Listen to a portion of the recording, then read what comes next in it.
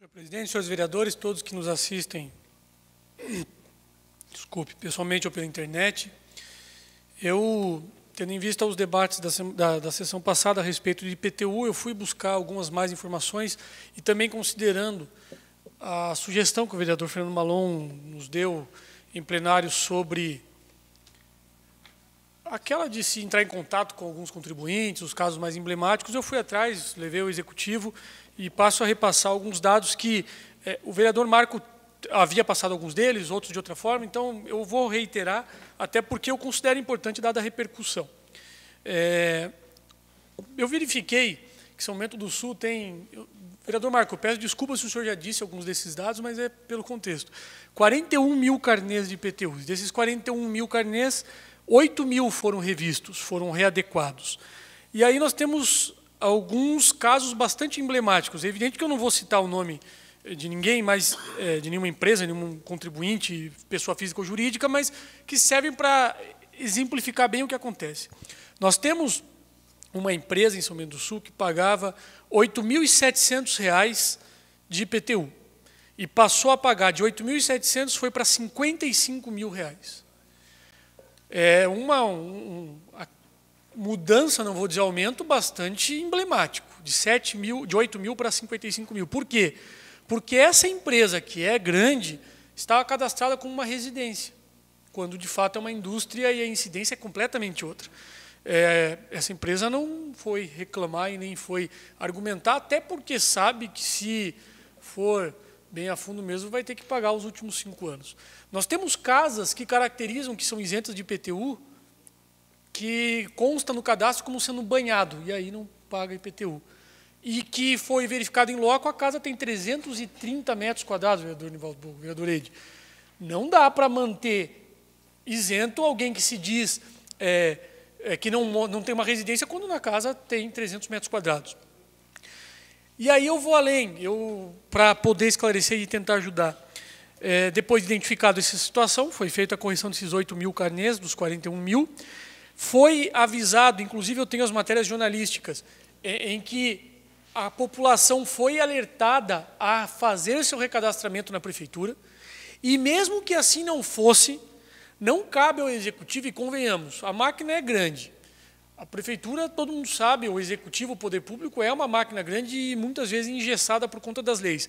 Não é nem viável e muito menos permitido legalmente que o executivo vá bater de porta em porta dizendo, olha, o senhor está certo, o senhor está errado. O Código Tributário Municipal, aliás, determina que é obrigação do contribuinte manter os seus cadastros atualizados na prefeitura. Tem muita gente reclamando? Tem. Pode haver equívocos? É claro que sim, porque até o sistema que é eletrônico foi feito por pessoas. Mas também tem muita gente que sabe que na sua casa não é só uma garagem, sabe que consta o IPTU como se residisse dentro de uma garagem, quando, na verdade, tem uma bela e grande casa em cima daquele terreno. Tem muita gente que sabe que não vive dentro de um banhado e não paga por morar num banhado. Essas pessoas sabiam que deveriam cadastrar-se, sabiam que estavam irregulares, mas deixaram passar. Então, claro, evidente, não estou fazendo disso uma regra.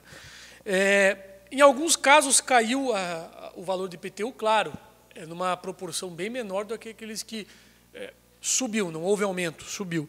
É de se dizer também, para aqueles que alegam que foi tudo feito na surdina, já mencionei aqui que foi mencionado da imprensa, tenho aqui os links da imprensa que foram divulgados isso, que essa situação foi alvo de conversa, de tratativa com a representante do Ministério Público que trata desse assunto, que tem plena e total ciência do que aconteceu, ou seja, absolutamente nada foi tratado às escondidas. Nós temos vários estabelecimentos de pessoas da cidade, inclusive de vários meios, não vou adentrar mais, que pagavam 10 mil e estão pagando 20 agora, que estão fazendo um dramalhão, mas que o empreendimento era caracterizado como sendo uma casa, sendo que atende mais de 200 pessoas por dia. Aí o caso passa muito mais da politicagem para chegar até a má-fé e chegar também à má-fé. Vou resumir dessa forma, que ela exemplifica bastante. Vou dizer, existem muitos casos que as pessoas não compreendem, a gente aceita, a gente compreende que é difícil de aceitar isso, é complicado. Mas há também aqueles que sabem muito bem que estavam contribuindo de forma equivocada há anos e agora ficam fomentando uma briga como essa. Então, é evidente que eu me coloco à disposição para trazer quaisquer outros mais esclarecimentos sobre essa questão do IPTU, mas eu considero que esse assunto, aos poucos, está se esclarecendo.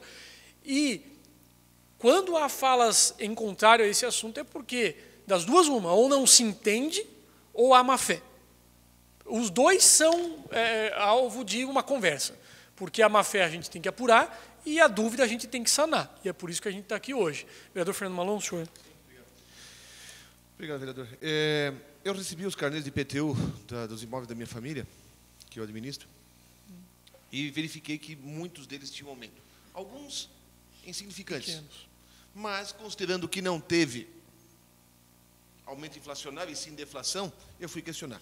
E teve outros 3 que eu fui ver o que estava acontecendo, porque também tinha havido aumentos, já não eram significativos, não eram enormes, mas era coisa do imóvel de 800 foi para 900, ou de 600 foi para 700, alguma coisa assim, que não cabia.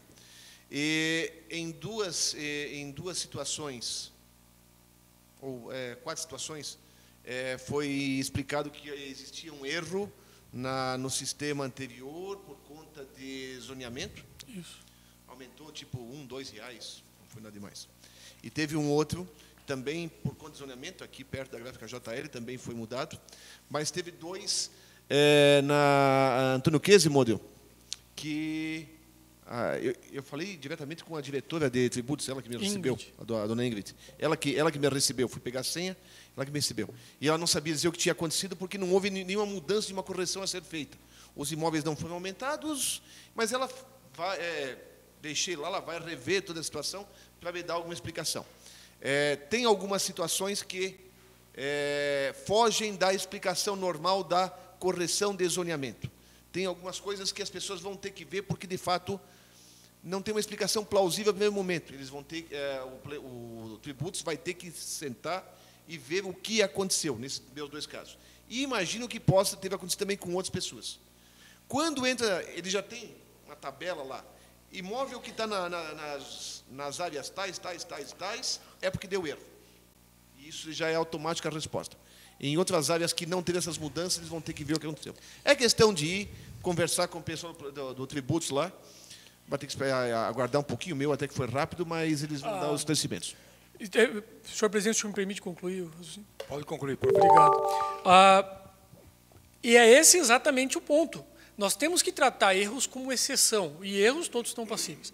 O que não pode ser feito como havia sendo feito é tratar a regra como erro e o acerto como exceção. E é isso que estava sendo feito. Podem ocorrer erros, ninguém nunca disse que não. Agora, estava sendo tratado. Agora, o que acontece? Fulano mal intencionado, ele pagava R$200, sabendo que não tinha só uma garagem na casa dele, aí foi para R$1.000 e ele está fazendo um alarde enorme, quando ele sabe que ele está muito bem enganado. Então, é dentro desse sentido. Se for bem breve, que o presidente... O problema é que as pessoas não sabem, muitas vezes, como estão cadastradas lá. Eles não têm conhecimento técnico para entender o carnê e para sequer saber como. Por exemplo, se o imóvel... Eles não conseguem entender. Concordo totalmente. Daí então, não sabe, não tem base e vai para a rede falar bobagem. A exceção, neste caso, eu acho, da mesma forma que o senhor disse, que a gente não pode tratar o problema como regra, sim, como exceção, também não pode tratar o contribuinte mal intencionado como regra, e sim como exceção. Obrigado. Sim.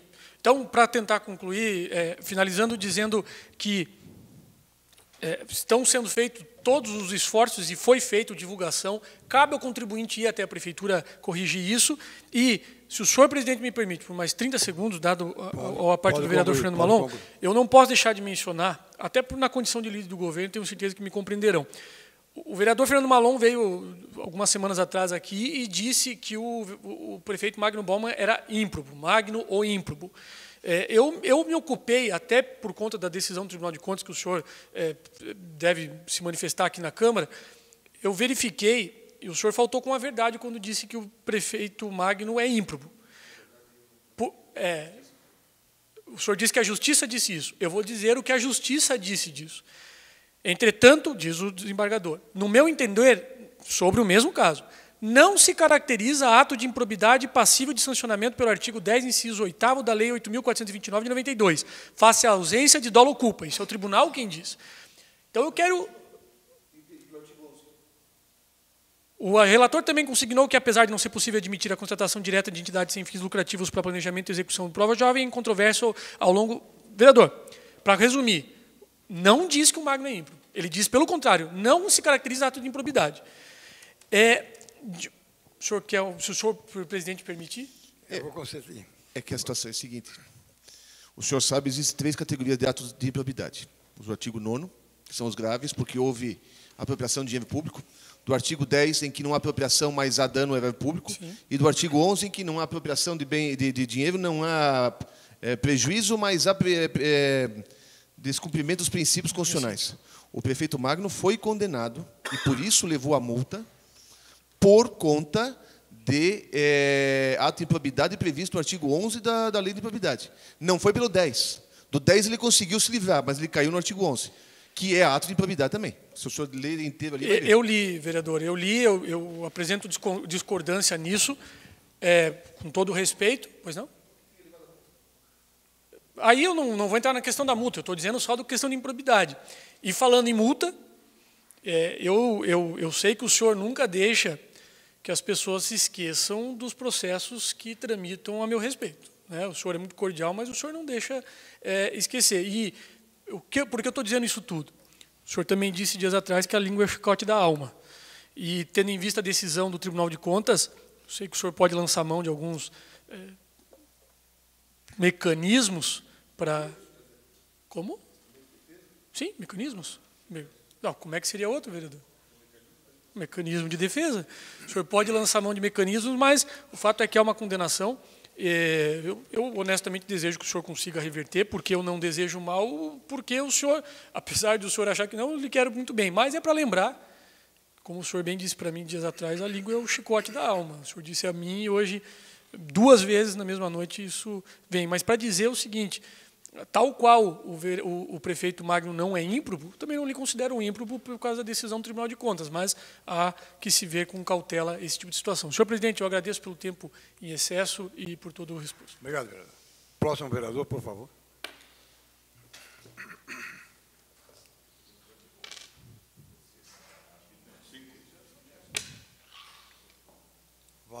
Vereador Claudiomar Boturoba. Vossa Excelência tem o tempo de até 8 minutos para as suas colocações.